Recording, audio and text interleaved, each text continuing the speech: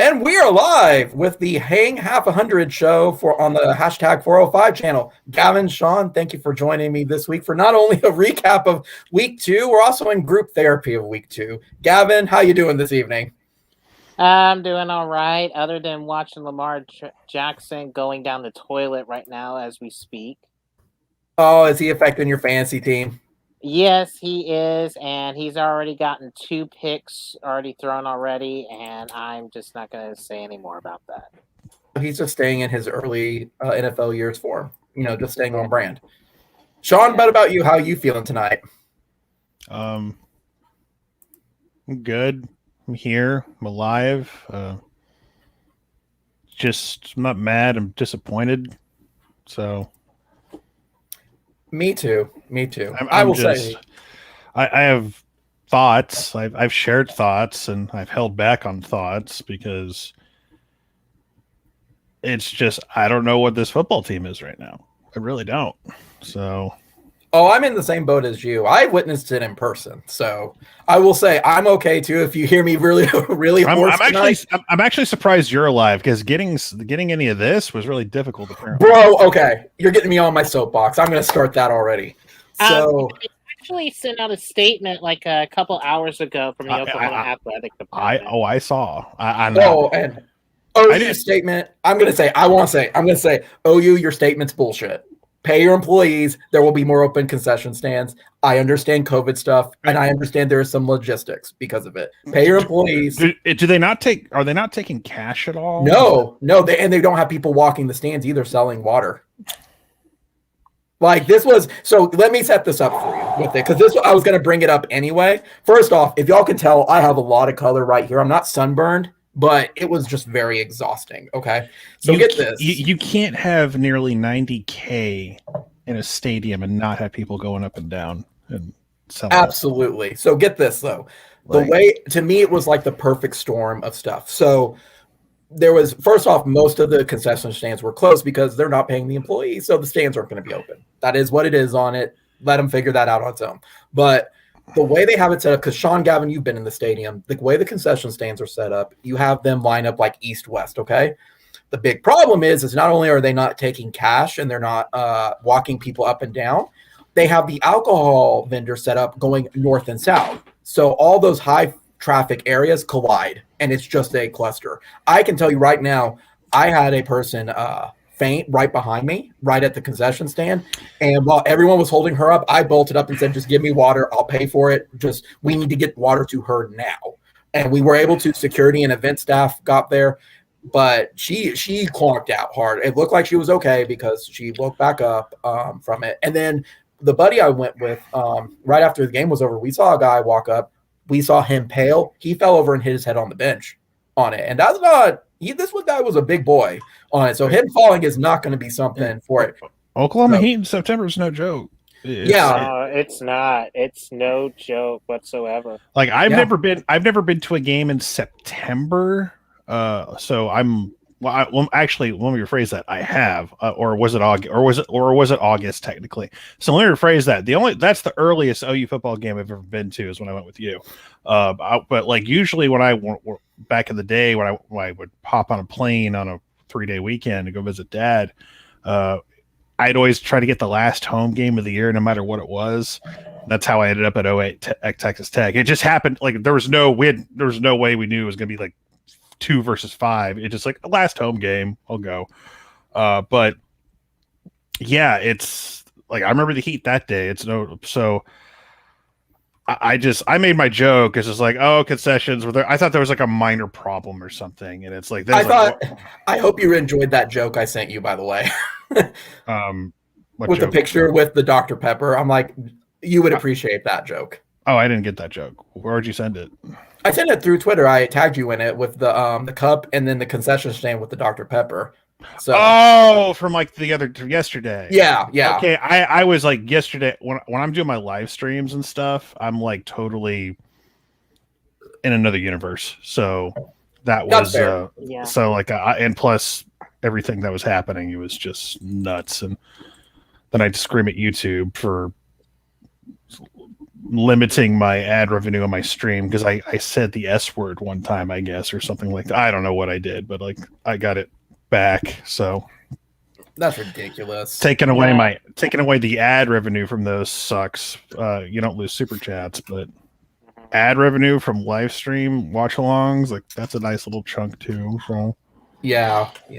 But anyway, that whole ordeal, I saw pictures of more people. It's like, I mean, this is gonna get into politics, derp. But you can't pay people these slave wages anymore to work. I don't care what it is, whether it's concessions or brick and mortar grocery stores. Like there's a reason people support $15 minimum wages, and if you're gonna if you want people to show up, because people are not showing up after COVID anymore for these crap jobs because it's a waste of their time. Yeah, it just like there's too many creative people who have a brain are figuring out ways to make more money than to serve popcorn and soda at a football game. Like there are other ways to make more money, like just to use your time wisely. So gotta up the ante a little bit here. And this is not an Oklahoma problem. This is like an everywhere problem. So I'm off my soapbox there. But this is a problem that's not going away anytime soon. So, right. Mine is more of like they got to figure something out logistics wise with it. You can't have the alcohol vendors like right next to the concession stands creating that blockage essentially. But you also have to pick your battle. Like, guys, if that's going to happen, you need to sell water in the stadium. Like, you got to give at some point. You can't have it both ways and not expect people to faint, especially yesterday. Like that was a logistics nightmare and failure. My ass is sweating sitting, in my chair for 3 hours. Like I got one of my studio lights here because I have no natural built-in lamp in the ceiling or anything, so I got to get creative. But I don't have it on now. I have like a desk lamp. Works great at night, not so great during the day. But overall, I wish that was the worst thing that happened yesterday. Overall, I mean, I guess in a sense it was, but this team. Hey, really fast before you get into it, Sean. Also, I will say they were selling awesome cups, if you can tell. Pretty spiffy cups. No, that's nice. I will say, which is really weird on it, and I told it to my buddy Tyler with it. For those of y'all watching too who don't know on it, Dad was originally going to go with me, but he caught the Rona, so he's okay. He's just resting from it at this point Well, but there's no way he did himself a favor not going that game, apparently. He didn't faint. Good God. He did not faint, but that's a good thing I dodged it because I was looking into that game actually. So here's the thing: the game was exciting being there, but there was frustrations, and we'll get into that. But like, I was surprised at the lack of, we were talking about the pageantry and stuff on the last live stream of how much they really didn't have that. It was just another game. Like outside of the stickers on the back of the helmet, a lot of that was on the Fox Big Noon kickoff, and Game Day had some stuff as well. So, if that's what you were looking for, that's where all that was. All the pageant, like Barry Switzer was at Big Noon kickoff, and he got the crowd riled up. So, we saw him. Yeah. If you're looking for that type of stuff, that's where it was. They had the 50-yard lines like marked, scarlet and crimson respectively. So it's the second game in a row where we've honored the team that's playing us on that field, and we've gone down to the wire. It's so nice of us to almost give them victories. Yeah, we're so nice. But this is one of those like fan base divided responses to this game, and you're either one extreme or the other, and it can't be a little bit of both. And so that's been my biggest frustration. Like if you say one thing, then clearly you're the full extreme of it. And it's like, no, that's not true. This mostly I think applies to the offense and Spencer Rattler, because again, this offense has no juice. There's no spark to it. It is just there. It's getting the job done, but getting the job done is not going to fly for the rest of the season against, like, someone is going to really shut down this offense, and someone is really going to, like, if you hold a team to under 20 points, if I told you before, I'm just going to tell you how many points Nebraska scores. 16. I'm like, we got this. 16. That's it. Okay. This is a blowout, right? Came down to the bitter end once again. They didn't have a great chance, but it wasn't exactly similar to Tulane, but it felt like, oh, look, our defense, when they absolutely, and the defense played great. After there was a few busts here and there, but I'm not going to blame them for that. You're going to give up a play here and there. I don't expect them to be the 85 Bears. Okay, that's not what I'm expecting from this defense. But now I'm disappointed. but no, like this defensive line is the best unit of any group on this team. The OU defensive line, like name another unit on this roster that's better than that defense. Oh, I absolutely agree. Nobody. I recorded my post game and stuff. I was going to do an instant, but I was so beat from yesterday from it. The D line to me, and my only problem with is they're not giving enough pressure at that point, because they did look like in the first half they're getting they're getting all the pressure. No, Gavin, go ahead. I was just going to say too, they actually sacked him, if I'm not mistaken, though, like 5 times in that game. And I'm going to should have got more. I mean, yeah. And I'm just going to say this too, and some of this is on Adrian Martinez, and I mean, you can give big credit here. But the biggest problem I've been having, though, it's like, whenever they step out of the pocket, it's like they kind of just sort of like lose sense at times, so too. And they basically give up plays, that are sort of unexpected, or when it gets close to dead to right. So for me, it's like we've had chances to like where, the defense could have done a little more. And I'm going to say it was a really good, exceptional job. But I feel like, if anything, like whenever you start getting the mobility or movement going on or something, that's been so far the weakness, a little bit for that OU defense. That's sort of my take. Well, the linebackers are at times a little out of place. Asamoah has not played well. Deshaun White's been up and down. Guebu's been good. And plus, we're down 2 starters in the secondary, Woody Washington and Bowman. Hopefully, they're only because of COVID or something. No, they got hurt last week, like early, like super early in the pay-per-view game. Like it was like first series, so they both got dinged up. But I hope Denny Stutzman can come back soon. His arm's in a sling right now. I don't know how long he's going to be out. Like I don't think he's out for the year, but he could potentially be back. So Stutzman's a guy I'm hoping gets some more playing time at linebacker. I don't know whose spot he takes, but at some point, like Stutzman needs to be on the football field way more. But just the defense is carrying this team right now, and that's scary to think about, because they're gonna have a bad day. It's gonna happen, and because every defense does. Like Alabama had a bad day on defense this past Saturday. Like they came that close. And that's a defense that returned all their starters from a national title team. So they went down to the swamp and they just got out of there alive. And they're still number 1. They had a bad day. So our team is going to have a bad day. I don't know if it's Kleiman, Sark, Campbell, whoever it's going to be. Someone is going to get the best of this defense. They're going to have a bad first or second quarter. And then where's the offense going to be at this point? Because, I really hope we're done playing whatever Andrew Rame did. They put his ass in there like after the second series. So I hope, like, I have nothing against Robert Congle or Condrel, however you pronounce his name. Let's end this crap. Andrew Rame's your starting center. I hope that crap is over. So you need to let this O-line gel, and hopefully he's there. Everyone else, like the O-line played okay. Like OU dominated the line of scrimmage. We had 5 yards per carry, like 15 carries apiece for Brooks and Gray. And what's frustrating is that Riley's not committing to the run.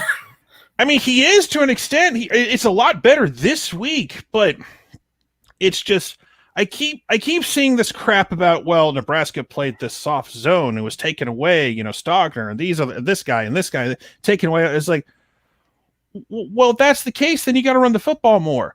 I don't like it. It feels like, even though they ran, it feels like our running backs are on a pitch count, and and I can understand to an extent. We have 2 scholarship running backs, and I keep hearing at press conferences and stuff how he trusts Jaden Knowles and Todd Hudson if he has to. Bullshit. I don't buy that for a second at this point. Nothing against those two. They are walk-ons. So if you trust him so much, listen, Brooks, not great in pass protection right now. He whiffed on a couple of plays. And so that's not all on Radler. And I'll give credit where credit's due. Nebraska played some smart defense here and there. They were big. They have a good defensive line. And their secondary is really good too. See, I thought that their defensive line was okay, but they were giving our wide receivers fits all day long. Okay, if I may here, and this is something I want to understand though too. It's like I feel like at times, if anything that they're just. I feel like with anything like with Rattler, he's wanting to try and get all of it in like either one big play or get like 10, 15 yards or something. I want to see something that would be. I'm about to say something spicy, Gavin, that I heard in the stadium.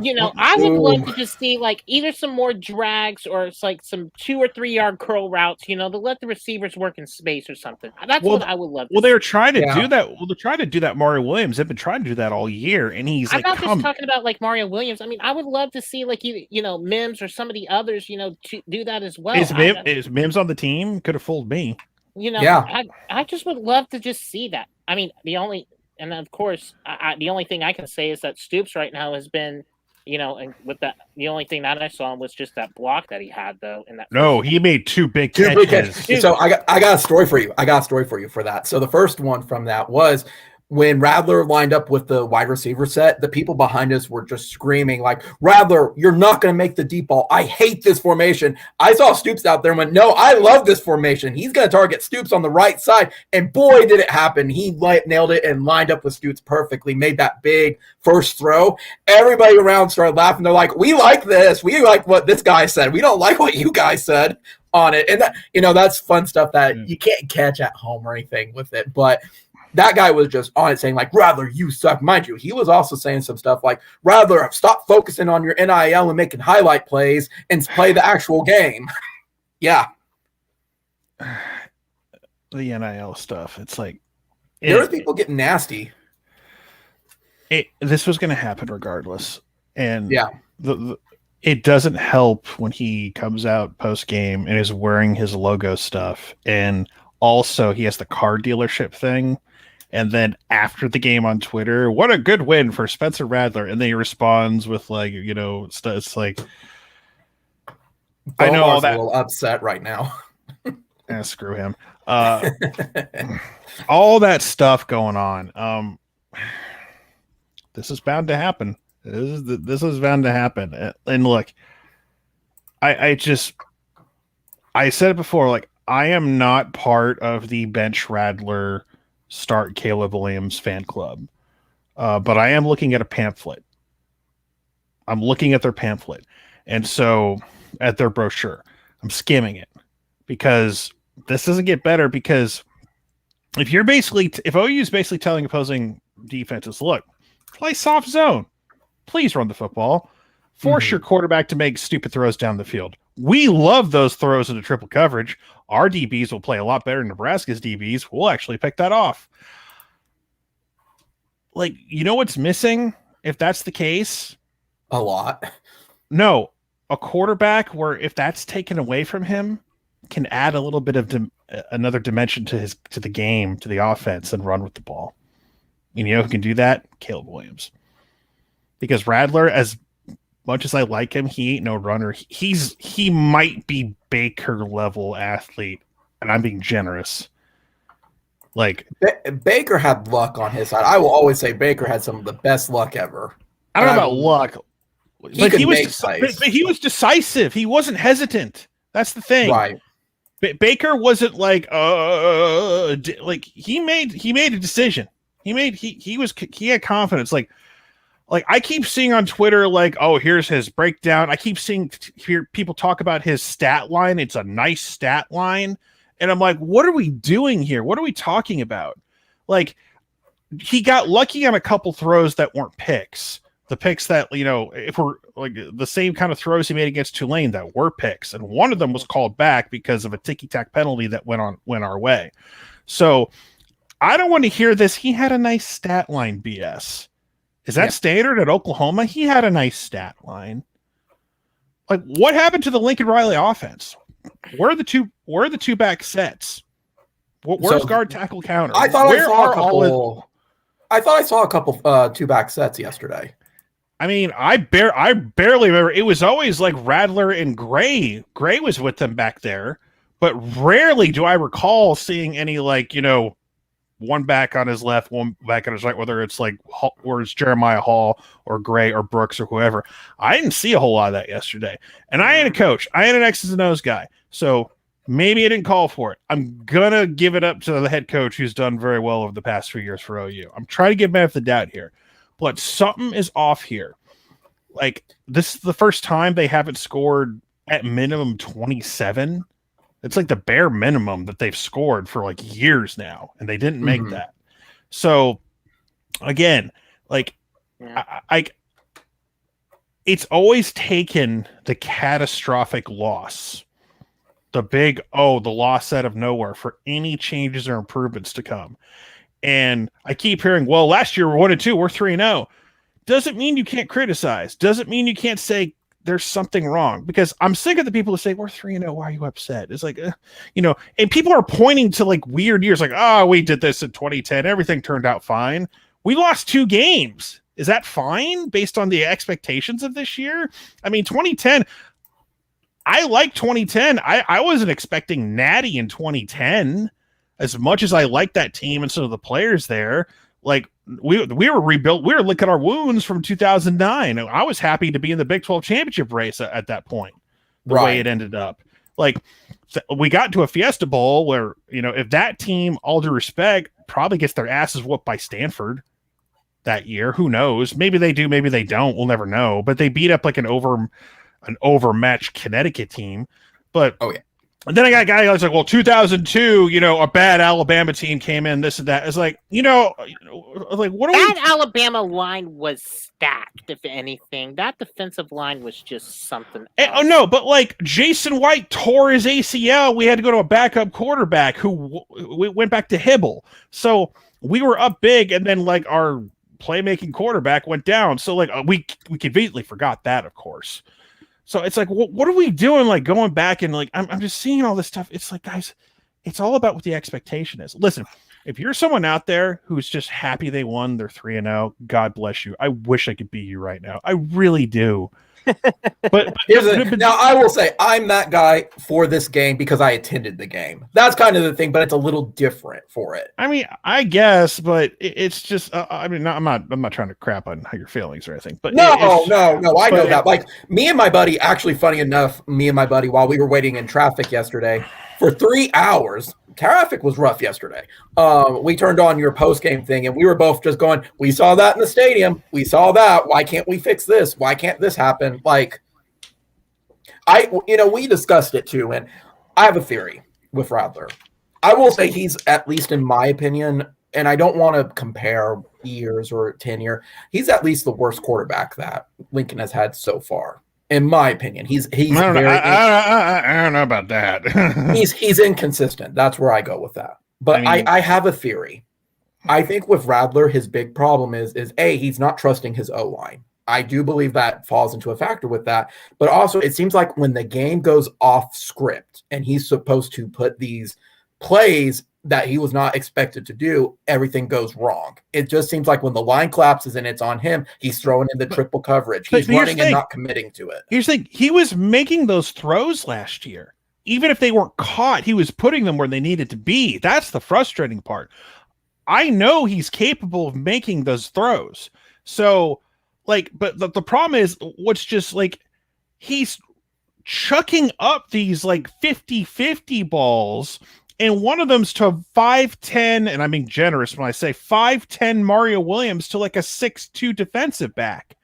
Who's going to win that battle more times than not? Thankfully, it's an incompletion, not a pick. Oh, all of us were when he threw it into triple coverage yesterday, and I believe that was the one that was called back. We were screaming like, "Rather, what the hell were you doing? Like, quit throwing into triple coverage. It's not hard." I would rather see you throw the ball away and live to fight another day than to like take that risk. Yeah. By the way, my dad had either that or scramble for a few yards, slide or something at least. I mean, he started to do that a little, and the face mask was just that was bull. That was such a. No, but he grabbed the face mask and pulled it. You can call it on offensive players. It was clear as day. It's I mean, that wasn't bull. He had a handful and it was. See, I was more around the people when Hazelwood pushed off. I saw him. I'm like, yeah, that's gonna. That was crap. That was a crap call. I lost my mind after. See, on that one, I was like, yeah, he pushed off. It was pretty obvious. No, that was bull. That was ticky tack as hell. Hated that. So no, Hazelwood had a decent day. Cody Jackson's becoming a player, and I have nothing against Cody Jackson, but I'm trying to figure out. Marvin Mims had 2 catches yesterday. You can't have that. No, you can't. You can't. He's still hurt? No, he's not hurt. He's he made a stupid play where he grabbed the ball was going to be a flag on Nebraska kicking out of bounds, and he grabbed it because he thought they were going to go down and get it. It was like, no, dude, it was on its way out of bounds. You cost them 20 plus yards, penalty yardage, late in the game where you, instead of starting at your 35, you're at your own 8-yard line. It's just, but which play was that again? This was late in the game. It was the kickoff. Kickoff after the touchdown. See, okay, yeah, I didn't realize that in the stadium because they didn't show a good angle on it. I thought the ball bounced, but it was going to go bounce the other way, and they never. No, it was heading out of bounds, and Mims grabbed it. And I was screaming, "What are you doing?" Yeah, we never got that in the stadium, so we all thought, "Oh, he just made a play, you had to do it," and they moved on. But this is your leading receiver yesterday, Jane Hazelwood, 6 catches, 61 yards. That's your best receiver yesterday. Who had Mims had 2 catches. Drake Stoops 2 catches, but were big. Mario had 3. I mean, so I'm sick of his stat line 24-34 for 214 in 1 TD. He averaged 6.3 yards a throw for a catch per completion. That's not good. Adrian Martinez was 11.6. It's he had a better stat line than Radler, even with the pick, which was the most amazing pick ever, which, it's great. Riley's correct. I know he joked about, I wish I could have it reviewed and not count, but it's knock it down. I'll trade the listen, some people the highlight reels. I'll trade the highlight for getting better field position. That's my mindset. I don't want to start that deep in the territory. Great pick. Listen, again, he made the pick. I'm not holding it. I'm not mad at DJ. I'm not mad at him. I will say it made the stadium absolutely electric when that happened because it got the crowd back right into it. And from our view on it, it looked, and I liked the pick. I will say I'm kind of in the middle on it because yes, in retrospect, yes, he should have just batted it away. There's no telling that Nebraska player wasn't going to get that, as well as what was the other part with it in the stadium and stuff as well with it? There's just no telling with it. I was in that was it. That was the they're not. I guess it's the best way to say it. It's they don't practice those split-second decisions. He was going for the play. And I'm not holding against him at all. I'm not mad. Some people are mad. I'm not mad at him or anything. It's in the moment. You're at that point. It's I just want to get out of this game alive. That's all I cared about at the moment. And then you had the blocked Isaiah Coe with the blocked PAT and Pat Fields takes it all the way back. And I'm yeah. Let me tell you. That's a story I want to tell. If there was something that I've witnessed Sooner Magic on that field for that in a game like this, that was it. So get this. My parents' tickets that I have are section 10, row 25. That blocked PAT happened right in front of us. We saw it because the crowd was going, you got to do something. The momentum was swinging. You saw it going back to Nebraska. When they kicked it, you saw the ball just swirl. I'm like, oh, he's going to get it. He's going to get it. And Pat Fields was in the end zone, and he just turned on the afterburners and ran. I have not heard the stadium shake like that in quite some time. And I'm not talking just because I haven't been to a home game in 2 years. That stadium was rocking on that one. That was a special play to see in person. I just want to put that out there. That was fun to see. Good for Pat Fields. I know we have our stuff with Pat Fields, but boy, did he make the play when we needed him to. Yep. Well, thank Isaiah Coe for getting the block. Isaiah Coe, a guy who really kind of forced his way into OU. Is hey, I want to come. I'm a big time JUCO. I want to come to OU. It's like, and there was like the kind of the feeling is like, really? We kind of got our D tackles. I want to come to OU. That was kind of like the weird story of him getting there, but I'm glad he's making an impact. Like that whole D line rotation's doing great. Reggie Grimes is great. Yeah. Absolutely. But, and they dug their heels in on that play. Like, I really do want to highlight, to me, that was, in my opinion, more exciting than the actual INT, because people didn't realize when he made the one-handed catch, we saw that, but we didn't see the tuck and roll until they replayed it, and then the stadium just exploded. Lost their mind. Everybody was losing their mind. You see, unlike the CeeDee Lamb no catch against UCLA a couple of years ago, this one actually counted. So I keep seeing that CeeDee Lamb one head like that doesn't even count. Doesn't count. Yeah, he almost got his foot in bounds, but it's like that play doesn't even count.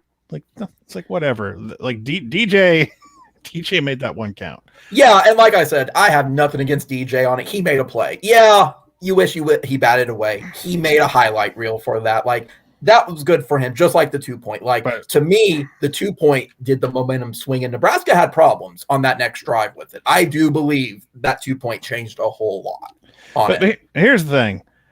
Like, at the end of the day, despite how the game turned out, I don't think Nebraska's that good. No, they're not. They're not. And that's kind of where the underlying issue is with me. So, again, you hold them to 16 points. Like, listen, if you told me Nebraska was going to score 16, I'm like, okay, fine. You hold the team under 20, you win the game. They play Michigan State next week, who just got off a big win in Miami. And so Michigan State, I feel, has the feeling of one of those surprise Big Ten teams this year. By the way, kudos to you on that. You called it big time that Michigan State was going to beat Miami. Well, a lot of people were kind of like poo-pooing it because it was the big not the Vegas. It was like a lot of the people betting on it were betting on Michigan State, and everyone thinking it was going to be the big Vegas is like, they're tricking the public. The public was betting big on Michigan State, and guess what? The public was right this time. They didn't. Yeah, they were. They want, like, Miami's not good, and I think it brings Alabama has come down to earth a little bit because everyone, oh my God, Alabama's so good. No, you know who's really good, who's not having problems despite a lot of injuries? It's Georgia. So, yeah. If I'm right now, if like I remember I watched the South Carolina game a little bit, and I saw like Darnell and George Pickett, all these guys on the sideline, all these key skill guys, and it's like they're still whooping South Carolina's ass. And they're still not, like, quarterback is a carousel right now with injuries, and they're still killing people. They haven't really been challenged outside of it, and Clemson's garbage and all. Like, so here's the solace you want to take away.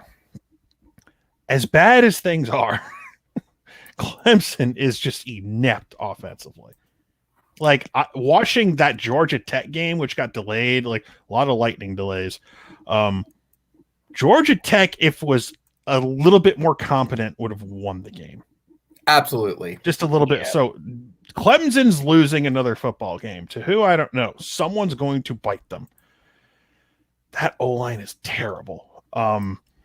So Ohio State danced with the devil a little bit with Tulsa until the fourth quarter where things finally collapsed. Oh, man. I was going to tell you, I was watching that game, and I thought, if Tulsa won that game, I don't know if I was going to be ecstatic or laughing my head off or go down in a gutter. Because, and I'm not kidding you, like the last time that, excuse me, I'm kind of been dealing with a sore throat. Tulsa hasn't really won a Power 5 opponent in who knows how long. They beat Notre Dame on the road years ago. Yeah, but it was like back in 2010 or something like that. Was it that long ago? Yeah, and ever since then they haven't really gotten past that. Notre Dame's still trash, by the way. Yeah. So I just, for me it was like there's been some game, and you guys can attest to this. Like there's, like I've seen like a few games to where they've kind of been so close to basically beating a Power 5 school, but they've always either shot themselves in the foot or something happens to them, and that's kind of what ends up being, what kills them every time. So referring to Tulsa. Yeah.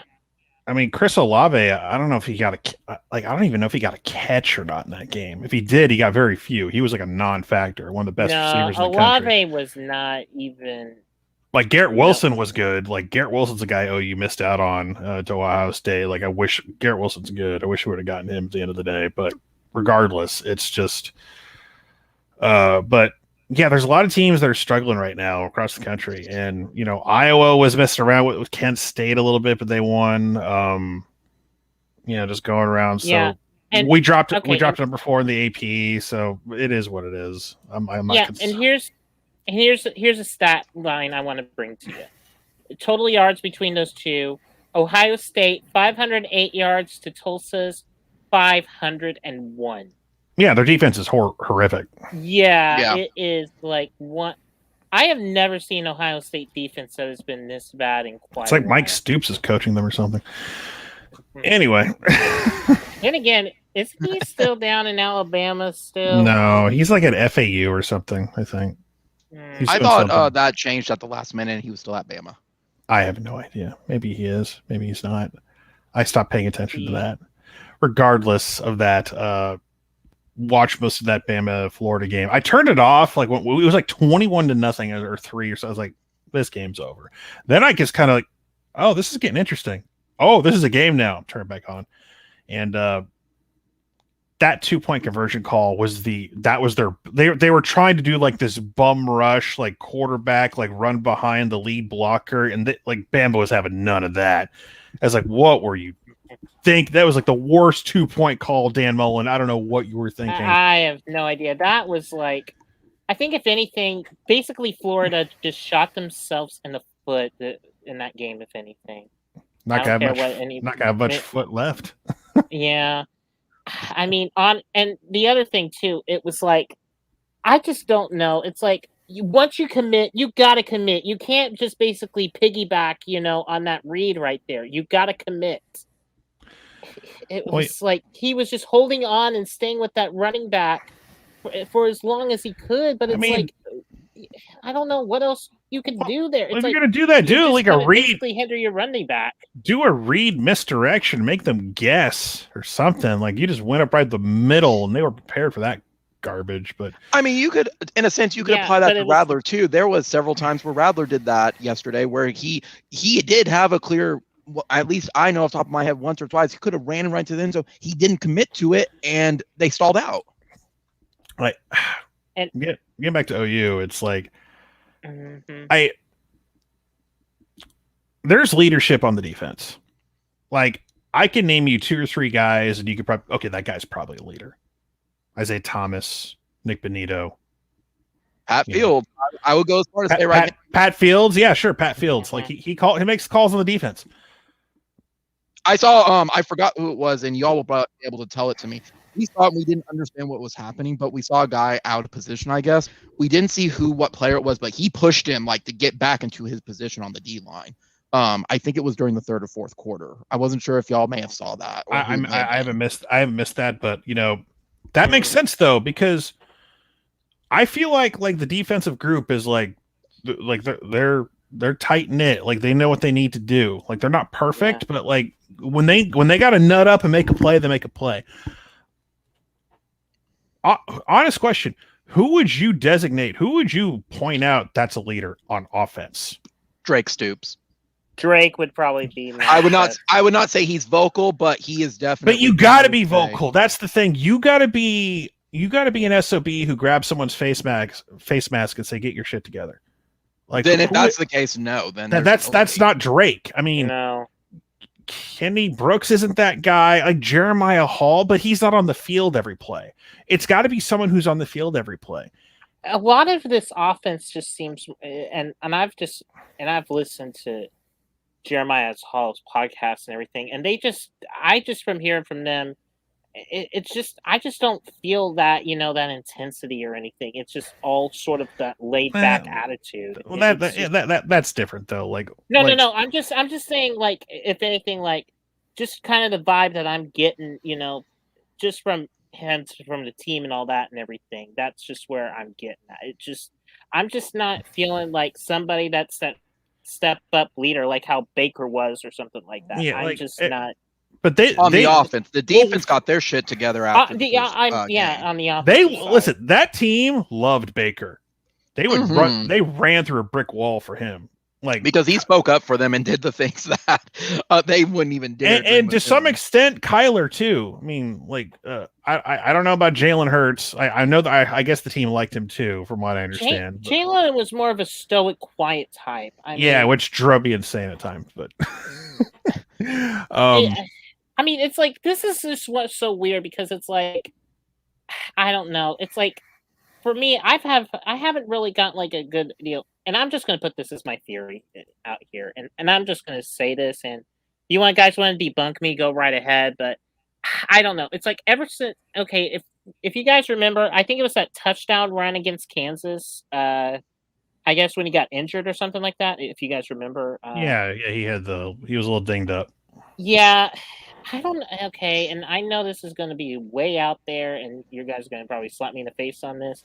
But it's like I think ever since then, I just don't think he's just had that same like get it attitude at times. Is where I feel like at times, if anything, that to me has been where I've just seen it. It's been kind of been somewhat where it's been a little downhill for me personally. It's just. I'm not feeling it with him right now. Like, I don't feel like there's that intensity. Like, Hurts, like, for all he was more zen, if anything. He made plays. He made decisions, whether I liked him or not. It's just I feel like there's no energy on the offense right now. It just feels very stale and flat, and something has to give. And Riley in the Texas game sat him and put Mordecai in, who's the hero of SMU right now.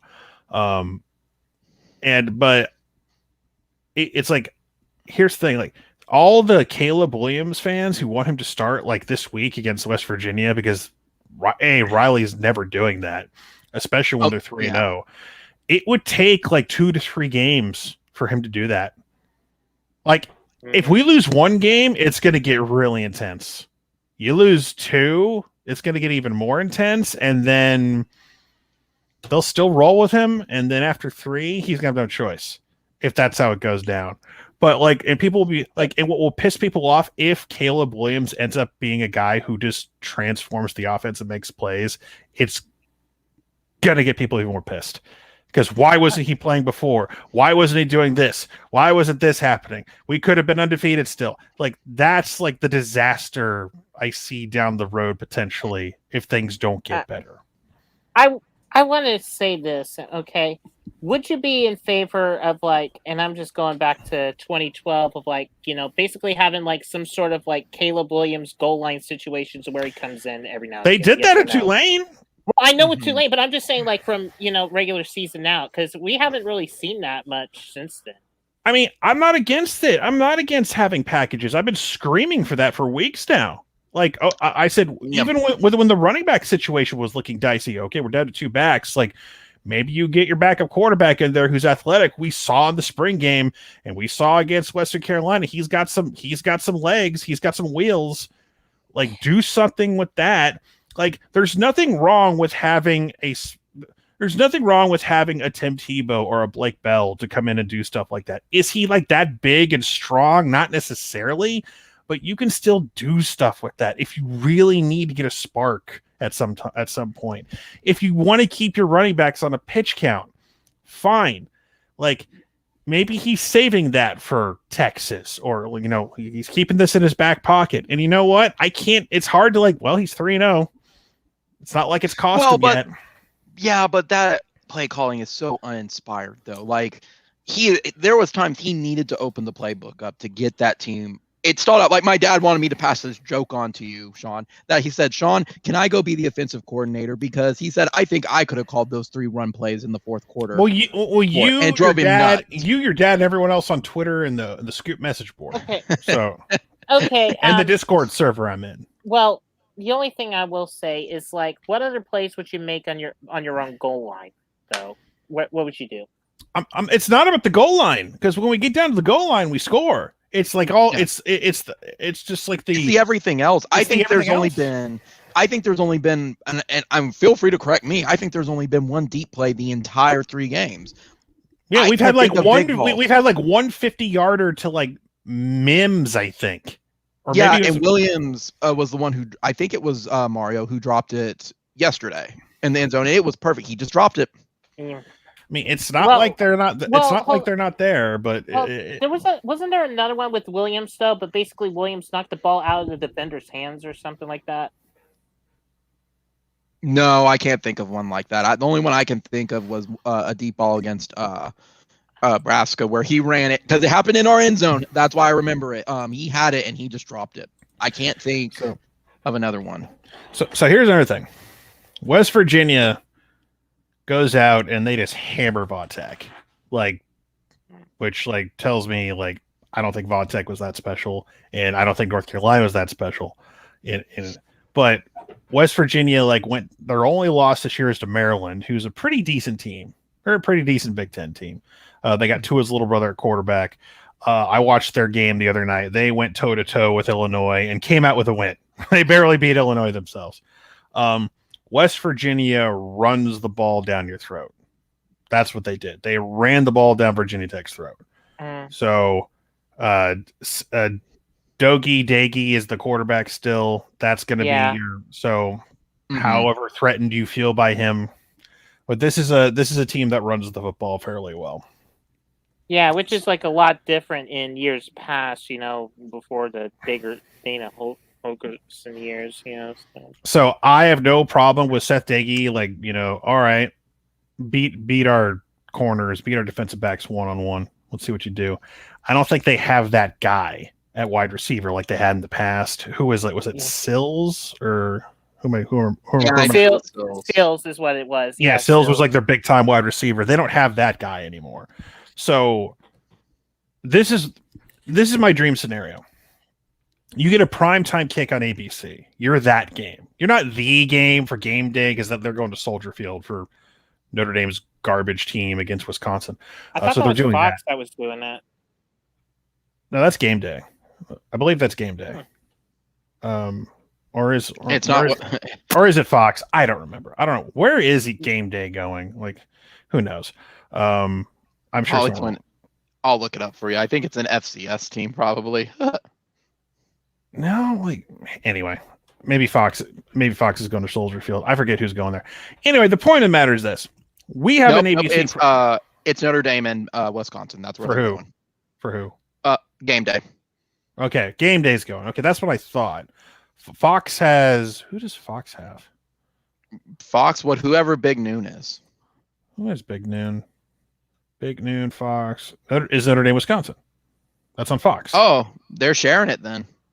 Wow, that's a first. Game day's going there. Yeah, they're not. Chicago, you already know this is going to be good. Week 4, Notre Dame versus Badgers. Unless I'm reading it wrong from their tweet from it. It looks like they're going. I'm trying to look at other Fox games. What other Fox games are there? Or unless they have baseball or something on. They might have a baseball game or something. That's got to be it. I do know that I know that they were saying that Fox Big Noon was going to be over at Soldier Field, but if both Game Day and Big Noon, that's something. They're both going to be there. Yeah, they're both going to be there. Yeah, Big Noon and Game Day are both there. I just looked it up. Okay. All right. maybe they'll have a water balloon fight or something. I don't know. All right. My point I was trying to make. You have an ABC primetime game. This is your chance to let the world know things are better. If you can. Defense is good. Can you go out there and crush a team at home? Because you've had the privilege of having 4 straight home games now. Whatever, call Tulane, whatever you want. It was a home game. 4 straight home games. Because next week after that, going to Manhattan. And Skylar Thompson's not playing. Deuce Vaughn's still good to go last I checked, so he's going to be a problem. Will Howard's going to be QB. We'll see how that turns out. But right now, can you go out at home, prime time at night, and whoop somebody? And just solidify your top 5 ranking?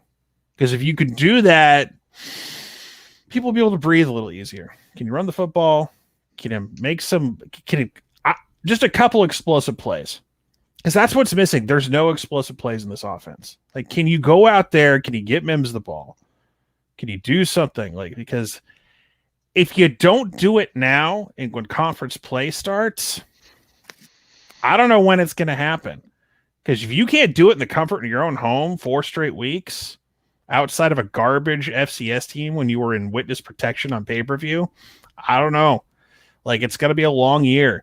Because like I said, someone's going to figure this team out on defense at some point. Someone's going to figure out, and we're going to have a bad day, and it's going to be a long day or long night. So if you can't do it, is who's West Virginia's coach right now? Is it a young dude or an old dude? I mean, it's irrelevant as far as I'm concerned. I forget who it is, but is it Neil Brown? Yeah, it's Neil Brown. Yeah, Neil Brown. So yeah, Neil Brown from Troy. So it's I don't know, the confidence level. Because I think that, listen, they're a 19.5 point favorite. I almost expect West Virginia to cover. They're 16.5. Oh, yeah. Now I expect them to cover. So I'm trying to be positive still, but this has to be the game Riley has to open the playbook up. That's the thing. A little bit. What year was it where we never had a deep ball? And maybe it was when Blake Bell was QB. But never had a deep ball. Blake Bell had some throws. There was a year where we just refused to have it. I'm trying to remember. Maybe it was 2014. Well, 2014 was a terrible year overall. I mean, listen, but we ran the football down people's throats with P. Ryan. So yeah. I mean, Trevor Knight was okay, but then he got Katy Perry cursed, and then he was never the same after that. But I blame that more on Michael because he ran. Trevor Knight Trevor Knight started in 2013 and was atrocious for 2 games. We had that awful 13-7 game against West Virginia at home that year, and then finally the next week he puts in Bell at quarterback against Tulsa. I'm like, oh my god, the forward pass has made a return to Norman. I was like, thank God we look competent. Blake Bell wasn't going to be a starting QB in the NFL, but my God, he was getting the ball to our receivers and we're making plays down the field. That's what's frustrating is that we've seen 2 games where it's we're not doing that. We're not getting it's college football. This is the NFL. I'm not I know it feels like video game numbers, but we should be able to get some big plays down the field at some point. Yeah. And funny enough, by the way, that you mentioned that West Virginia game, because every time my dad brings his buddies on, it's always a close game. Every single time. West Virginia was that first game. Side note, but this is the way to do it. If you're gonna finally get your head out of your ass and do something, if you don't do it now, it's we're gonna be on a roller coaster the rest of the season. And look, here's the thing. The Big 12, there's a possibility the Big 12 is just straight up garbage this year, and it doesn't matter how bad we are on offense. I'm reaching when I say that, but there's no one that scares me on the schedule if Oklahoma plays to their potential. And not even their potential. Can you get me 40 a game? 35. Give me 35. 35 points. Give me that. Who on this? K-State without Skylar Thompson doesn't scare me much. It's going to be our first road game. Deuce Vaughn, you're going to have to take care. You're going to have to look, pay attention to. But other than that, I mean, Texas. I went back and saw Casey Thompson and his stat line. That offensive line for Texas is still I promise you. You go into Red River. If we get this offense fixed in a couple weeks, we go to Red River. It's going to be a blowout. That O-line for Texas is not good. It is Clemson and Texas have terrible O-lines right now. I would love to go. I would love last year's O with this year's defense. I would love to go up against Clemson right now. Oh my God, I would love to feast on that Clemson O-line, but I'll take that Texas offensive line right now. Well, and that's the thing too. That's the thing we have to keep in mind, and I feel like is the problem is it has to happen this week. Lincoln has to run the running back, and I get it. We're down to 2, but you still have 2. You gotta run them. There's no other choice with it. You can't keep playing conservative with it. You can't keep on these conservative play calls. And guys, because Rattler needs a running game. All quarterbacks need a running game, but it's like if you don't give him, you gotta establish the run a little bit more. Like it seems like when we got running the football, we got that going, and then we hit a brick wall. Oh, we got stuffed on one play. We were to go back to the pass, and like like the passing, it's like the short intermediate passing game. Everything is out of sync. Yeah, like he's not hitting guys in stride. He's not hitting them. Like it's just everything is just off kilter. So again, we're going in circles at this point. So I don't know how much else we can talk about. But here's something I want to throw at you with it as well. With it, when you separate the offense, and it's something I guess you have said, or it was somebody else. I don't know how best to say it, but at some point, there's no way our offense is this crippled, losing all the scholarship running backs and not having Theo Weiss out there. There is just no way. No, it is crippled because he's afraid to run the football. If we I guarantee you, if we have just one, if we have Trey Bradford, minimum, we're running the football a lot more effectively. I just feel that. And look, the offensive line's part of it too. Like, tackles are still getting figured out to some extent. You know, the Rame situation. If Rame isn't starting this week, I'm going to break something. I don't think. Okay, what is the issue with Rame? Do we know? I really don't know, and I'm not going to speculate and go into this at this point because it's stupid. Like everything I've heard is dumb and stupid, and I want to say offensive words right now, but I'm not going to. So anyway, he needs to be the starter. But didn't Rame, I think it was Mick Houston on Twitter say like he played pretty terrible yesterday, but he had some good moves. Who the hell? No, he didn't. Who said he played terrible? I believe someone said yesterday that he played pretty terrible, but he had. You know who said he played terrible? State media, wink, wink, said he played terrible. Yeah, I'll leave it at that. Gabe Eichert said he played bad yesterday. Eichert's full of shit. He said he made some moves, but Gabe said he was pretty bad overall. Eichert is full of shit. Okay, listen, listen. If that was his worst, if that was a bad game yesterday, we're gonna be fine at center. Okay. By the way, I will apologize for McHouston. I thought it was you, my dude. I'm sorry. It was Eichert.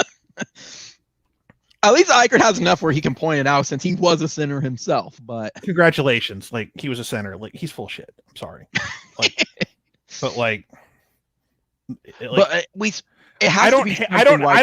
don't hate Gabe Eichert or anything, but like I think he's full of shit. And when it comes to that, I'm sorry, but it's like Teddy and their podcast is fine and all, but it's state-run media. Hint, hint. Okay, let's just. It is state-run media. So always keep that in mind when you watch the Oklahoma Breakdown. It's state-run media. It is sunshine most of the time. Or he has a favorite. So we'll leave it at that. No, but we'll be fine at center. But with the tackle situation, Anton, Wanye, I mean, they're playing Tyrese at right tackle. He's not bad. He's not doing anything wrong per se, but you got to get your best 5 out there. And I don't know if Wanye is a left tackle or this or that. At some point, you got to figure out a way to move those guys out to right. I know it's different. Listen, I know all of the former high school offensive linemen will tell you that you put your feet this way, you're used to this and that. Okay, time to practice the other way, boys. Get muscle memory, get it in practice. Put someone over there who can play well on that side. Figure it out. I don't know if you give Savion Byrd a look, the true freshman, because I keep hearing how strong and powerful he is, but you need to get your best guys out there at some point if you want to get this O-line set to dominate a little bit more. Murray's playing better at right guard. Again, the O-line is okay right now, but at some point we're going to go up against somebody who has legit guys on the front who are going to mess with us. And I miss Orlando Brown. Miss him to death. Miss that dude. Killing it right now on Sunday Night Football. So is Ben Powers. But, at some point, got to get your best guys out there. As for the rest, whatever you need to do to make your QB comfortable, you got to make it happen. You got to make it happen. Like this, because we're effing around, and we're going to find out at some point. We keep effing around. We are going to find out. One of these weeks, we will find out. It could be this week. I would not like to be embarrassed on primetime Saturday night. I would love to not to be embarrassed at home. Listen, if you can beat them 42-21, I'll be a happy camper. I really will. If you can beat them like 42-17, 42-21, I'll be happy. It'll be a step in the right direction. This has to be the game it happens, because I kept saying this game was going to be where the defensive rotation stops. This is where the guys happen. It does seem like we didn't rotate a whole lot. Like there was about a core 15 to 19 players who were out there for relief for just a moment. But I was like, the O-line is going to be the one next game. It has to be the one. It has to be settled at this point. There is no other questions. This game's going to tell us whether this is a championship team or not. Right now, they're not. But I don't even know if it's going to do that. I mean, here's the thing: if you're Oklahoma, if you just win the rest of your games, you're going to be in the playoff. Are you going to be favored? God, no, not the way you're playing right now. But like I said, is the Big 12 like that great? I mean, again, like Baylor has BYU this year, so that's a game to keep an eye on a little bit. That's like a middle of the year non-conference. This is actually a big week for Big 12 games. Like you look at the schedule, it is like a pretty there's a lot of other big games like Arkansas and A&M turned into a big game just based on that. But like this is your Big 12 slate. It's SMU at TCU, huge game. Tech at Texas. We'll get to see what we'll get to see what Casey looks like when he's not in witness protection on Longhorn Network. Iowa State at Baylor. That's a game I'm keeping an eye on because Baylor has played nobody, but they've been killing people. I want to see what Dave Aranda does with that roster, who he has. They messed around with Texas State week 1 and they played Texas Southern and they killed Kansas like they're supposed to. This is the first big test for Baylor. So we're going to see what Dave Aranda is going to do here. I don't know if they're going to be favored to win or anything or anything crazy like that. But yeah, this is going to be like, if Iowa State's not right, if they haven't gotten the cobwebs knocked out after getting their heads kicked in by Iowa, that's definitely a game to keep an eye on. K-State ranked at Oklahoma State, prime time on ESPN Plus. You're welcome, Big 12. Thank you, Big 12. We just won Nebraska at night. Arguably the most important conference game in conference this week is K-State at Oklahoma State, and you have to watch it streaming. Can't watch it on regular TV. Well, I picked Kansas State to win that game, honestly. Yeah, I mean, I'd pick Baylor to beat Iowa State too, but I mean, that'd be crazy. Can't go that far yet. I mean, Iowa State's a 6.5 point favorite on the road. K-State, Oklahoma State. It's a Pokes are 7.5 point favorite at home. Texas is only 10 point favorite against Tech. What's that SMU TCU spread? 10 point favorite for TCU. So again, like it's a very sneaky good week for Big 12. Like Mordecai is going to walk in there, and Dugan is the quarterback for TCU. So everyone's going to point to Mordecai, see what he does. If he goes in there and just rolls TCU, like I'm going to keep an eye on that one. Trying to think what what are there any noon games? Obviously, there's. I'm probably gonna skip Notre Dame, Wisconsin. I could give two, whats, because it's about time Notre Dame got their heads kicked in. So I'll be flipping back and forth between SMU, TCU, and Tech and Texas Tech and Texas. Those are the two games I'm watching. Like those are the two games I have circled for noon because Wisconsin, Notre Dame is inconsequential as far as I'm concerned. Aggies, Arkansas, of course. Iowa State, Baylor. Keep an eye. Ooh, NC State and Clemson. Damn, this is a sneaky good week. This is a very sneaky good week. Let me think here. What else? LSU? Would you say LSU and Mississippi State? No, Mississippi State. I mean, people are going to watch that because of what happened last year, but LSU should win that game. They should. Let's see what else here. Ooh, UCLA Stanford, but of course it's on the Pac-12 network, so witness protection. By the way, did you see highlights of that game last night? Fresno State beating them? Yeah, they beat the snot out of them. No, like Fresno's QB got like nailed in like the hip. Like he could barely walk, and he led them to a game-winning touchdown with like a minute left. No, I saw the game-winning touchdown, but I didn't see the tackle. No, it was like a Heisman like movie performance. Like I was up late watching it like on an illegal stream because it was on Pac-12 network. That was the only way you could watch it. So, but that's Were you sailing the high seas of piracy? You're damn right I was. No apologies. And that's kind of it. OU is. I mean, I'll keep an eye on the Pokes and K-State if I can, but I'll be doing my watch along for. There really isn't anything else. I mean, Arizona's terrible, so Oregon will beat them down, and that's basically it. So there's a lot of sneaky good games this week coming up that I'm really looking forward to. Yeah. If I'll say this, if Arkansas does pull this upset, then I'm just saying, and this is a big if, the following week they have Georgia. Yeah, that all of a sudden turns into like game of the year in the SEC.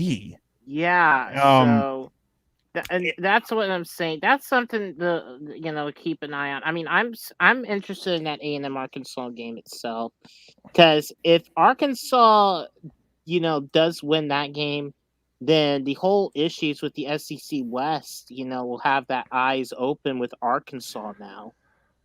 Well, I'll tell you this: the West becomes interesting because Bama looks vulnerable. Don't get me wrong. Bryce Young proved yesterday he can win a big game on the road. So he is Heisman front runner still. He's kept that title in the month of September. I'll tell you what though, it would be a good and bad thing for college football. I would love a 2008 Big 12 South problem for that division. I would love to have like a triangle problem. Oh, the three-way, yeah. I would eat it up. I would love it. Take Bama, leave Arkansas and A&M out. Like, it would be so stupid if like Bama gets left out of the SEC title game, misses the playoff because Arkansas. Here's the thing. I think Arkansas, because A&M won't have their QB, I think Arkansas rolls. See, I agree. I think they got I would pick Arkansas. If like, listen, A&M's defense is legit. They're pretty solid. But if Arkansas, their offense is crap. Yeah, no, that they have Calzone back there at quarterback or whatever his name is. I call him Calzone. It's more funny to call him Calzone. Because he'll get eaten alive by that defense. That's a dad joke. I'm sorry. But if Arkansas could run the football down their throat like they did Texas, Jerry World's gonna be like Jerry Jones gonna like. You thought he was happy today with the 56-yarder to beat the Chargers. he watching his Hogs beat top 10 ranked A&M. Like Jerry might die of happiness. He might die. It's like the Vince McMahon meme, though. Oh! Yeah, he would. He would love that. My dad. See, my dad. Believe it or not, you do not know this. My father is an Arkansas grad. Really? My father is an Arkansas grad, and like I realized yesterday, or the day before on Friday, I hadn't, not on purpose, I hadn't spoken to my father in almost 2 months. Not on purpose, it just kind of happened. Yeah. Like, oh my God, I haven't heard from him. Like, and I kind of got a little worried. I'm like, jeez. And then I called and I got no answer. And I went to like, uh-oh. And about 15 minutes later, it's like, God, because like, you know, COVID. And all of a sudden, and he's like, so how about my Hogs? I'm like, he's fine. Okay, if I do make a side note real quick, that Georgia game with Arkansas is at Athens. Yeah. I mean, Georgia loses games there too, so it's not like this insurmountable home field advantage. That will be their first big test, because yeah. I mean, let me rephrase that. In SEC play is what I meant to say. Yeah, the Clemson defense is real, but if Arkansas wins that game though against Georgia, that matchup against Alabama and Tuscaloosa, it's gonna be spicy. I will be for that game. That'll be great. I'll tell you what, Georgia does not want to lose that game. The last thing you want is a one-loss team from the West who doesn't play. I mean, well, I guess it wouldn't matter anyway, but like the way things are going, like Ohio State, Clemson, Notre Dame is a 3-loss team waiting to happen. It's going to happen. The only way Ohio State continues on the roll is to roll through the rest of their season, and that's it. Like the playoff could look very different this year. And that's why I stick to my guns. I stuck with my guns earlier, and like I didn't think it was going to go down this way potentially. It's like, you've got to go undefeated, because I stick by that. Because regardless, like there is no like Iowa State losing to Iowa was the worst thing to happen to OU. Because we don't have that big game in November anymore. Mm-hmm. Like, and I know it's weird that we're talking about what's wrong with the offense. Again, they get together. We're still talking about playoff contention. It's like, well, they're undefeated. Might as well. Yeah, they're still in the conversation as long as you got a 0 in the loss column and your name is Oklahoma. Because as long as you keep that 0 in there, and you'll get in. But I mean, Sean, I cracked the joke in our pre-stuff before the first game or after the first game is this starting to feel like 2007 already? And we're like, oh, that's too early call. It is really starting to feel like 2007. No, I can't see. I can't go there yet because 2007 didn't have to deal with COVID either. Well, I mean, what made 2007 is that if the worst ranked to be ever was number 2. Yeah, the number 2 team lost like 4 weeks in a row or something crazy. Let's see, you had Cal in there, I believe. South Florida was up there. South Florida, point. And then Oklahoma was also on there, and we lost to Colorado. Like, should not have lost that Colorado game. That team goes to the BCS title game if Bradford doesn't get knocked out in that Texas Tech game. Like we beat the quote unquote number 1 team in the country by 3 touchdowns, and they put in LSU. So SEC bias was in full force that night. The problem is, though, it was like, are you really going to put a? Yes. Yes, I would have put OU in there. Like I know they lost to West Virginia and everything, but they could beat Ohio State. They could have beat Ohio State. I'm really not 100% sure, to be honest with you. I mean, I'll be honest. It's like not having if they had DeMarco healthy, maybe, but it's like I know they're missing some DBs and everything, but still, like West Virginia, Missouri came that close to being the BCS title game that year. So close. West Virginia more so. West Virginia basically just blew bad it against with a bad Pittsburgh. Pitt team. They lost to a bad Pitt team. If I recall, they took it out on us too. Yeah, they did. It was pretty bad, but at the same time, it was like, son of a, we had it. I miss Curtis Lofton, middle linebacker. Curtis Lofton was good. He was a beast. He was very good. But yesterday was profitable. Ooh, thank you, YouTube. Yesterday was very profitable. Everybody tuning in. Yeah. Cha-ching. Yeah, well, so it was a cha-ching track. Here's a question for you. What is the bright spot right now on the offense at the moment? It was something that I forgot to ask. I know the defense, to me, the defense is gelling. Where is our bright spots on the offense and through 3 games? We're able to run the ball a little bit. When we do run the ball, we run the ball effectively. So, like Eric Gray is coming along. Brooks is still Kennedy Brooks. We can run the football. So there is that. Look, Rattler, the offense has gone from the high-powered score in 2 minutes to methodical 12 to 15 play drives. I have no problem if the offense turns into that if we end up with points at the end of the day. I know Gabe missed a 50-yarder. I'm not holding that against him. I don't hold that against him because expecting your kicker to make 50-yarders on the reg is stupid.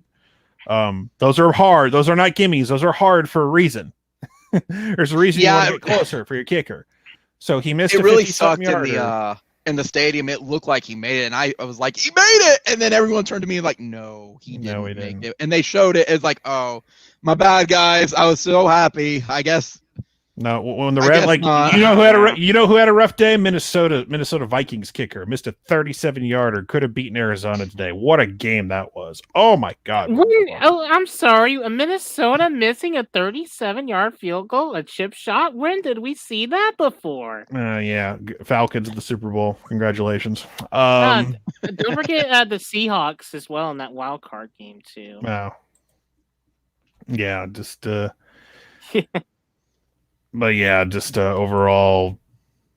Oh, Hollywood was wide the F open, apparently. Touchdown. Here's my next question for you, Tim. If OU comes out big next week against West Virginia, opens the playbook up and commits to the offense, will you feel more confident for the rest of the season? And I kind of want to go back on it where it's like, this is where we should be playing. Well, what if they play so-so? And then what if they play like they did against Nebraska and Tulane? I'll say. When do you start lowering your expectations at that point? All right. So wait, say that again. Like you asked a whole bunch of stuff at one time. Okay. So if OU comes out next week against West Virginia and just lights them up and plays to their potential, what we thought they were going to, are you going to be worried the rest of the season? On the flip side of it, if they play like they did. Okay, let me answer that first because you're double barreling me there. Okay.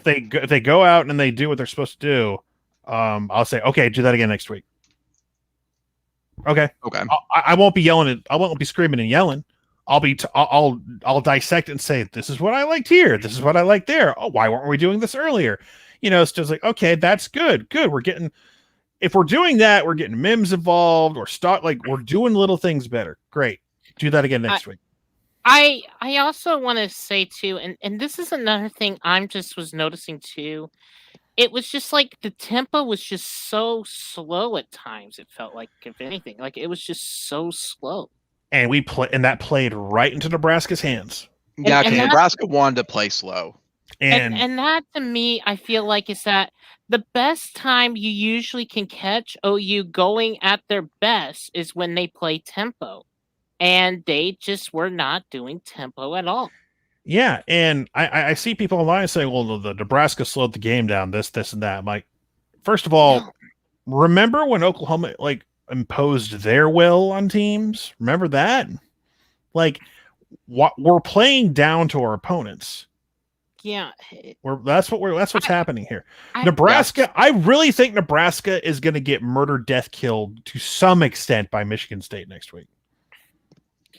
So, yeah, because it's like, if you look at some of the games like they have done in the past, whenever they got tempo going and, they got their players going all on the same page, they were, hard to beat, if anything, because the defense was looking over, trying to get the play calls and all that. I was just not seeing that. I'm just not seeing that sort of that upbeat tempo that usually made OU, especially OU, at this point. Well, and I think that's something a lot of the teams are starting to figure out is if they can't beat this tempo, they're just going to squat on the ball. We saw it with Army. We saw it against Nebraska. You control the time of possession with that by not giving it back. We'll just run the clock each time. Well, but even with Army, like with Kyler, the problem, OU in that game scored at will for most of the part. There was one series late where Kyler threw a deep ball that got picked. And that changed the game. That's what kept Army in it. And then they were able to run their methodical, option stuff. But the Kyler Murray 2018 offense scored at will on Army when they wanted to. Yeah, they did. So it wasn't like a problem until like that one play late in the third quarter. And then it became like this long, drawn out 15, 16, 17 play drive. And you just couldn't stop it.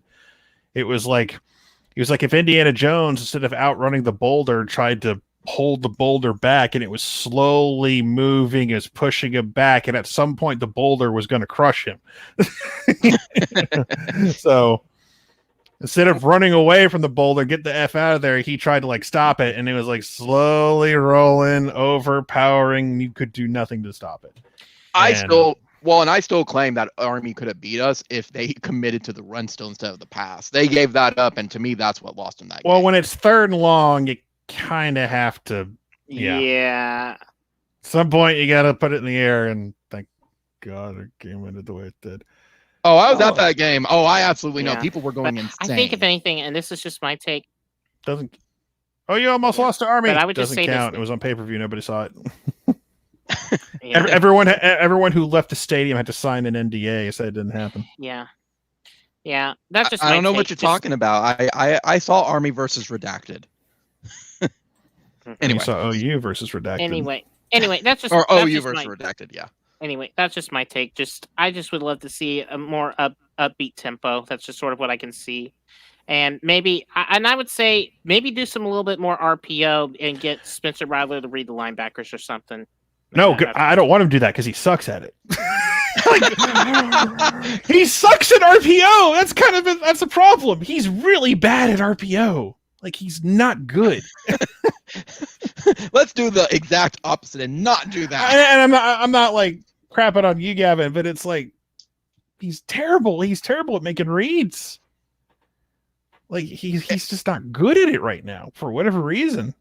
So well, and I guess that's a question too I want to ask with him. One, I do want to state a frustration, I guess. I guess we just have that monkey on our back that we just have to accept, is that some teams are just we always show highlight reels for the teams because they always play against us like that. I absolutely hate that, but it is what it is. Why has Rattler regressed so much?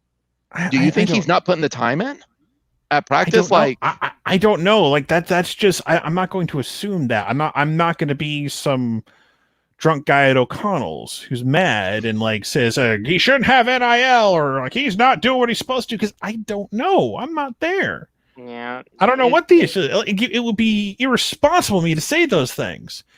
What I will say is that the product of the field right now, just despite his nice stat lines, is just it's underwhelming. It's not good enough. And anyone who tries to tell me everything's fine or it's good, he's not the whole he's not the problem argument from last year does not apply right now. Because last year we saw the throws. Even in losses, I saw throws he made that were spectacular, that were in the hands of receivers or were whether it was Rambo or Weiss or whoever, they were on the money throws. He's not making those throws right now in sync, in stride. So, this is a different argument we're having here. So I don't know. I don't know what his come to Jesus moment is. Whatever it's got to happen, but the worst thing for Rattler to happen is if for any reason he gets dinged up and he has to sit out for some time, And if Caleb comes in there and lights the world on fire, he's lost his job. He ain't getting it back. Like if he tweaks an ankle and he has to miss time and Caleb goes out, that's your shot, dude. I'm not wishing and I'm not rooting for injuries. I want to get that out there right now. But I'm just saying, like that Rattler needs to realize there's someone worthy behind him who can take his spot. There is no Austin Kendall behind him. There's a 5-star. Do you think he's trying to secure his position on, trying not to lose it by any chance? Because that's what it feels like. Yeah, I mean, he ain't losing the game, although there's some throws where it feels like he's not in a position where he has to make the game-winning throws or he got to make this play no matter what, because his defense is bailing him out. Yeah, his defense playing great. Like when we have to make a play on defense, we make plays. Like when Alex Grinch, like, okay, boys, first team D-line, get your asses out there and go make me a play, and they do it. Yeah. They do it every time. They do it every time. So I have faith in Alex Grinch right now. I think Grinch is doing a great job.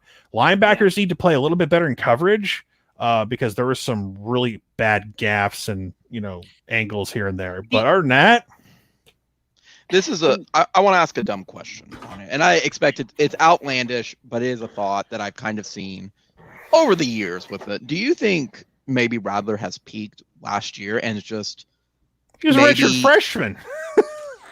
I mean, it happens, though. I mean, we saw it with Landry where he kind of peaked in his junior year on it and regressed. But that was his junior year, though. But we have seen that, though, with some players with it. I'm not going to say that happens all the time with it, but I mean, do you think we may have... No, I don't think he's peaked. Like, he's not even close. Not even close. I'm just wondering if he's hitting that. I'm just wondering if that sophomore slump is hitting him pretty hard, though. That's the other thing I'm interested in. I mean, here's where this all comes down to. You know where this all really started? I mean, people on the outside keep trying to point to the Florida game. No OU fan worth a damn ever points to that Florida Cotton Bowl as like this great win. We knew what that was. What? Who's saying that? No. Like, bear with me a minute. We know what that was because I hear idiots on TV say that.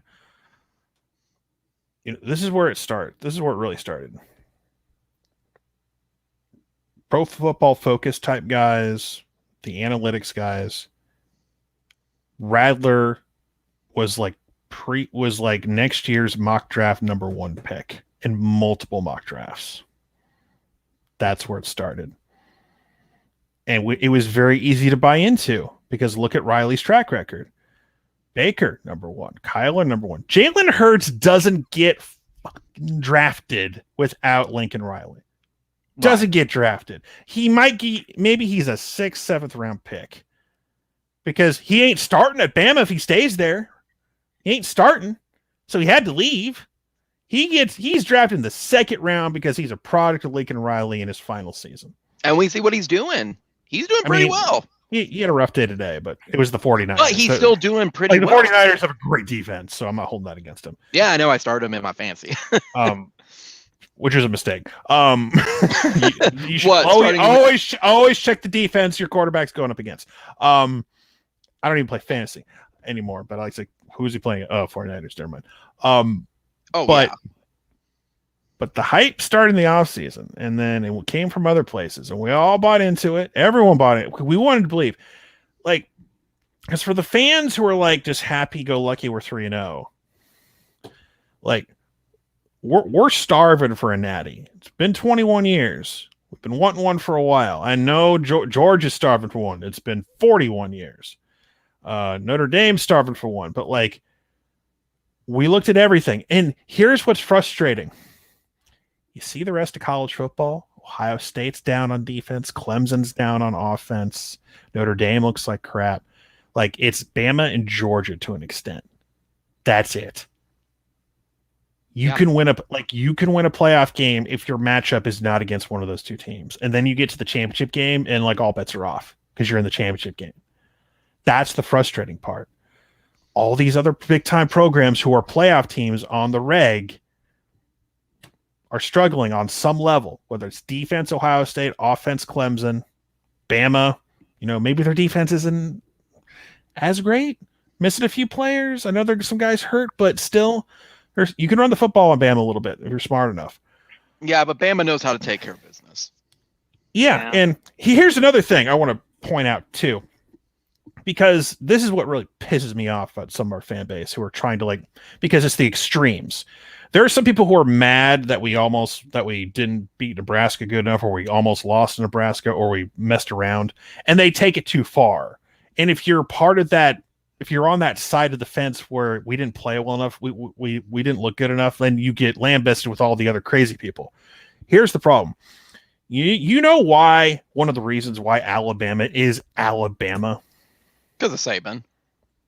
But he takes care of business. But you know why? And he takes each game. He basically makes each game, whether it's an FCS or a number one, a team, they are all treated the same. It's business. They reach their expectations every single week. There's no off week. Yes and no. He does things a little differently for if the bigger the game, the less pressure he takes off. He pats the guys on the back a little bit more for the big games. For the Mercers, he's on their asses. We make fun, Saban gets made fun of for this, but he's a genius because the reason he's where he's at is because he's at his podium for these games, and people ask him about these FCS opponents. And I remember one year, Bama was at a point, well, you could lose a game and still get it, and he lost his mind. There's a soundbite I got a couple years ago that I used at the radio station that I brought over here, and it's kind of a joke, but he believes this. It's never okay to lose a game. Never. It's never okay to lose a game.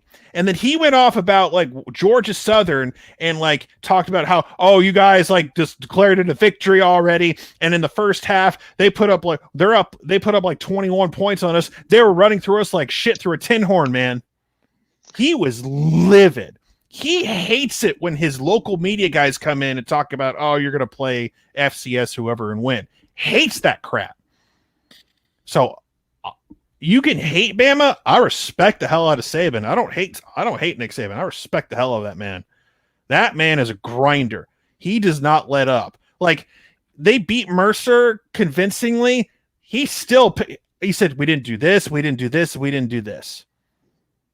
Even in Miami, the Miami game where they just obliterated them. He's we played like crap in the third or fourth quarter. And you know what that means? It's if we go up against a legitimate team in third or fourth quarter, we're not ready to win. We're not making plays when we need to. And guess what? That trickled over in the Florida game a little bit. They won, barely. They were one play away from overtime. And anything can happen in overtime. So that's the difference between the greatest of all time and everyone else. Dabo's got a couple. I meant to say a couple. Dabo's got a couple of titles, and he's gotten some. But man, was that before? Okay, was the Saban soundbite? Was that before or after the back-to-back with Auburn and? I don't remember. It was when it had to have been 16 or 17. Okay, because I remember after playing us, he put in their locker rooms of if you play basically like crap, this is the result of it. And at the time we laugh at it, but you have a point. He made it a thing of you guys lost because you joked around. It's not even lost. It's even in wins. He's they're asking him who's Tua and Jalen. And it's I'm not going to talk about it. So quit asking. He's a great soundbite when he's pissed, but you know what? Man gets the job done. There's a reason he's the GOAT. And so Riley's a different guy and his coaching style works to an extent, but I don't know what it is he has to do, but to get his offense, here's the problem at the end of the day for all the people who are just happy we're 3-0. You asked Lincoln Riley straight up, if you saw him walking down the street, Lincoln, are you satisfied with your offense right now? I guarantee you tell you no. Doesn't take a genius to figure that out. It's your offense is used to putting up 40, 50 points a game. It doesn't matter against it. We should be dropping 50 points a game against everyone we played so far. Everybody. Like, we dropped 76 on a pathetic Western Carolina team. Tulane, we should have had 50 minimum. In Nebraska, we should have had at least 35, 40. Yeah. Like, I don't care how good people are going to tell me how good their defense is. Like, if Nebraska turns out to be an 8-9 win team, I'll change my mind a little bit. Okay, I will. But like Tulane, Ole Miss was at home, had like a 2-hour lightning delay. Like, the field was garbage, and they beat them convincingly by 40. They put up like the yards they put up were insane. So the days of like, listen, a mulligan for week 1. I'll give any team a mulligan week 1. But the whole ranked Tulane thing is kind of a half-hearted joke. That crap's over. Because Old Miss had like, because remember what happened? We played like crap after a rain delay one time against Tech, and we got beat. Ended our home game win streak. Oh, and I'm still bitter about that. Played like garbage. I was upset. Played like trash. And then we played them again a couple years later with the rain delay. We came out and whooped their ass, thankfully. That was 13. But yeah, it's just so whatever they got to do this week, West Virginia, someone's got to light a fire under their asses on offense, specifically. I mean, at the end of the day, it begins and ends with the quarterback. So you can show me charts about where he throws and his completions and how good his stat line is on certain levels. His offense is not explosive, and it starts with him. Starts with his decision making. So he has to play better. You can tell me how. He's playing. He's got to play. You can tell me about play calling all you want. He makes throws. He makes the decisions. Do whatever you have to do to make your quarterback feel more comfortable. At the end of the day, he's the guy with the football in his hands. So yeah, well, and this is my own side of it with like, again, this is me just armchair coaching at this point with it, because I think of it also where it's like I was just rolling through my mind with it, and this is really to me the first true adversity Riley has had, like with such a limited offense, and right now he's struggling with it. I don't know if it's because of Rattlers. He's got talent. He's got multiple 5-stars out there. Like, that's where my question is why is that adversity Hazelwood, Mims, Mario Williams, all high caliber guys. Someone tried to say, we're missing Theo East. Bullshit. We're not playing like crap because we're missing Theo East. I have nothing against Theo East, but he ain't the reason we're playing like crap. Well, and that's something I asked myself too, was like, there has to be more to it with Theo. The running back and Theo East, like, crippling this offense. Like, there's no reason why they need to be stacked. The running backs are a bigger reason, like just not having depth behind them and being hesitant to run your full playbook. Yeah, I would argue. I would point to that more than anything right now. Like, I would absolutely too. Like, not being able to establish the run and do what you've done best. Yeah, like it exposes Rattler a little bit. I don't expect Spencer Rattler to be the hero who throws 50 times a game. He shouldn't. That offense is not built this way. This offense is high powered, but they always ran the football effectively. And to an extent, they did run the football somewhat effectively on Saturday. But we're not getting big pop plays anymore. We're not setting him up like. You can say, like, again, I go back to the whole soft zone crap all damn day, but like, got to figure something out. Got to make some changes. Well, and I agree with that. I keep going the other route with it, where it's like, I understand Lincoln's a little bit constrained and has his hands tied behind his back because he's down to 2 scholarship running backs. But on the flip side of it, you still have 2 scholarship running backs. You got to run the ball, Lincoln. You can't just sit on it. You can't just play super conservative with it. I think that's where my frustration is. It's like, yes, I understand it, but you still have the 2 best players. You got to run them, Lincoln. You can't just have them running so many times a game with it. That limits the offense, and they know what's going to be coming. I think that's what drives me nuts is, at least if I recall correctly, what I saw with the play-by-play with Western Carolina, but Lincoln comes out throwing on the very first play of the game every single time on these drives. Run the ball, Lincoln. Run the ball. I don't have a problem with them throwing either, but at the same time, like, Western Carolina's crap, and like it's like there's nothing you could really take away from that game except the fact, okay, you beat a crappy team like you're supposed to. That's the only thing you could take away from that. That's right. It. And just like this game, you can say like Lincoln's underutilizing Brooks, and I think that's a problem. Well, he needs to learn how to run. He needs to pass protect better. Pass protection is just he was awful. He was awful in pass protection. I gotta tell you, I don't know. It's like I would just, if anything, I would just like at least keep Hall in there to the block at this point. If this is where if the running backs can't really block, if anything, because like that would require you to play some 2-back sets then. Yeah, that was something Dad asked. Did we see a lot of 2-back sets in against Nebraska? I don't remember. No, the only thing I saw was basically just like having the H back, behind the line, behind the O lineman though, and one of the running backs. But that's about it. I didn't really see like the normal 2-back sets like we've used to do, if anything. It's like I know they exist. We've seen them a couple times, but not as much. So, but it's like almost like it's pretty much like seeing a blue moon at this point. Yeah, but the other thing too, it's like I think if anything, if I would be fine at this point if like instead of like having Jeremiah Hall is supposed to be like in that H-back position, have him in that running back spot like right next to.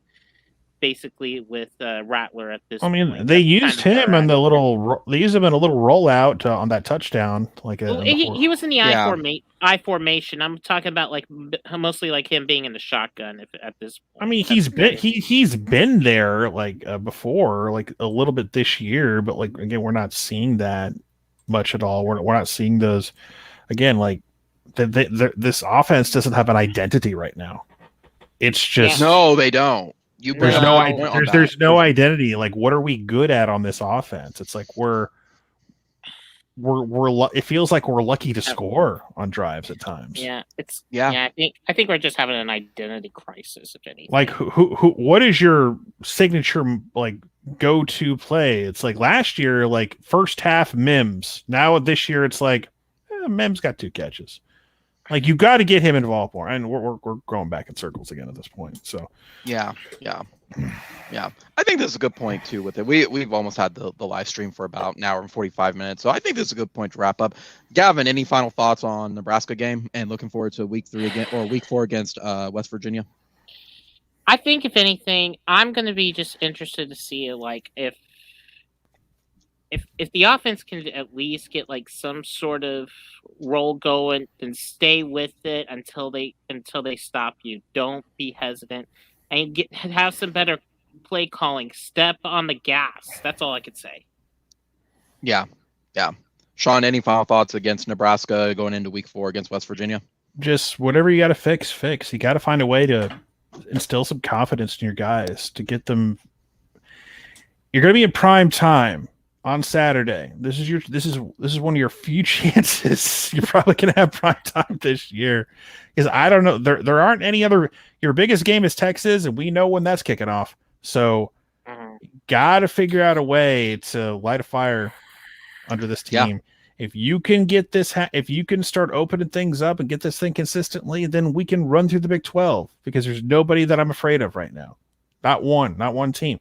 If this offense clicks at any point in the next week or two, Texas got no prayer. Iowa State at home, they ain't got no prayer. And whoever you want to throw in the Big 12 championship ain't got no prayer.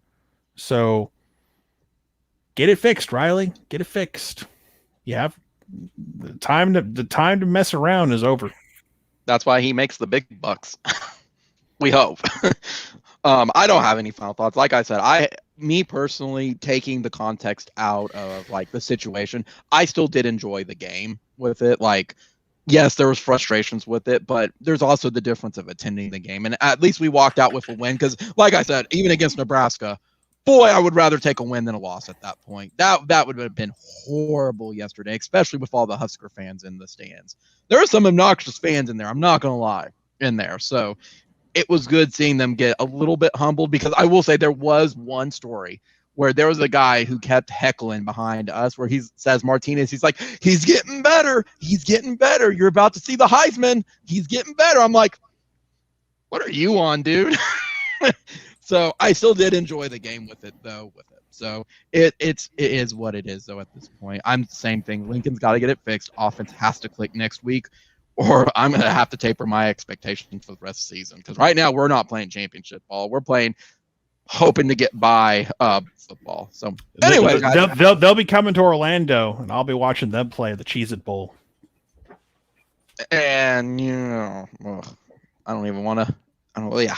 So, regardless, guys, I want Cheez-It Bowl. Knock on wood right now for that does not. We got a playoff defense and a Cheez-It Bowl offense. That's the entire irony too, Sean, is you being in Orlando and UCF joining the Big 12 could have been a 5-mile walk for you to the stadium, or a 5-minute drive to see each of them play. Yeah, exactly. 5-minute drive. Monkey paw right there. So I want to thank everybody for joining. Touchdown, Hollywood Brown. Second team. Oh, he got another one? Sweet. Yeah. Sweet. I want to thank everyone for joining the live stream tonight. Again, comment, rate, subscribe. Again, I'm really hoping for 1,000. I gained 1 subscriber, so that's 1 step closer to 1,000. And continue wear a mask, everybody. Maybe one day I'll sub. You never know. Maybe, or you'll be that magic 1,000 subscriber. Maybe I'm holding out for that. I'm holding out for that. Okay, I'll make sure for that. But yes, again, remember, wear a mask and everything at this point. I will say we won't have a live stream next week. Next week, I have a prior commitment in the evening. So we won't have a West Virginia recap on Sunday. Maybe Monday, we don't know, but not Sunday. Sunday, not for sure. You're shaking your head, Sean, like... Son of a bitch. I know, right? This is what you look forward to every single Sunday. So, but maybe we'll see Monday. I don't know yet. It just depends on the prior commitment and everything that I have. But other than that, guys, what Power Ranger autograph session are you going to? Ha! Joke's on you. The Green Ranger was in Norman yesterday, and I did not go to it. See, I knew I was going to get that response. I already knew deep down what his response is going to be. Absolutely. Well, I had no prior knowledge, and I knew I was going to get that response. You knew that there was already a response there, which was funny because the comic book shops were like, how are we going to handle the traffic? It's a game day. So regardless, though, we'll see what the live stream looks like next week. But otherwise, it may just be a skipped one and go on after Kansas State is after West Virginia, right? Yeah. So that's going to be the next one. So again, thank you, Sean and Gavin, for joining. I hope y'all have a wonderful rest of your evening, and I'll see y'all here in possibly in a week or otherwise 2 weeks from now. Boomer Sooner. Watch Owl House.